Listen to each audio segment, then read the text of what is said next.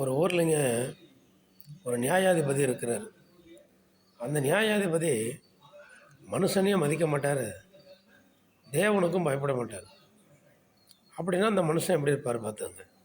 கடவுளுக்கும் பயப்பட மாட்டார், மனுஷனையும் மதிக்க மாட்டார்னா அவர் ஒரு வித்தியாசமாக ஒரு கோபக்காரர், ஒரு முரட்ட குணம் உள்ளவர், அப்படி தான் இருப்பார். ஆனால் அந்த ஊரில் ஒரு நியாயாதிபதி எந்த பிரச்சனையாக இருந்தாலும் அவர்கிட்ட தான் போய் சொல்லுவாங்க. அவர் தான் அந்த பிரச்சனையை தீர்த்து வைப்பாங்க. அதே ஊரில் ஒரு விதவை அம்மாவும் இருக்காங்க. அந்த விதவை அம்மாவுக்கும் அவங்களுக்கு எதிராளிக்கும் ஒரு பிரச்சனை.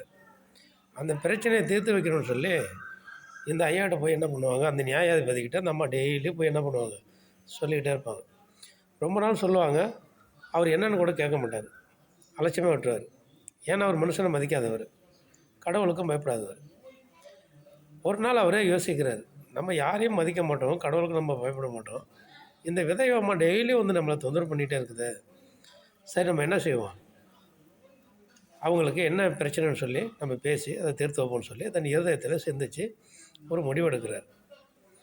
அதை தான் நம்ம ஆண்டவர் சொல்கிறாங்க, அப்படியாப்பட்ட கடவுளுக்கு பயப்படாத, மனுஷனை மதிக்காத ஒரு மனுஷனே அப்படி விசாரித்து அந்த அம்மாவுக்கு ஒரு நியாயத்தை செய்யணும்னு அந்த மனுஷன் இருதயத்தில் நினைக்கிற பொழுது, விரும்புகிற பொழுது, நம்ம ஆண்டவராகிய தேவன் அன்புள்ளவர், இரக்கமுள்ளவர், கருணை உள்ளவர், நம்மளை தேற்றுகிறவர், ஆற்றுகிறவர், கண்ணீரை துடைக்கிறவர், இயேசுவே என்று கூப்பிட்டால் வருகிறவர்.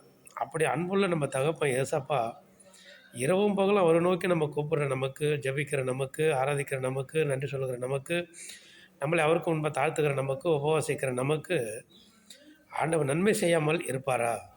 கட்டாயம் நமக்கு என்ன நன்மை செய்வாங்க. நம்ம காத்திருக்கணும். ஆமென். அல்லேலூயா.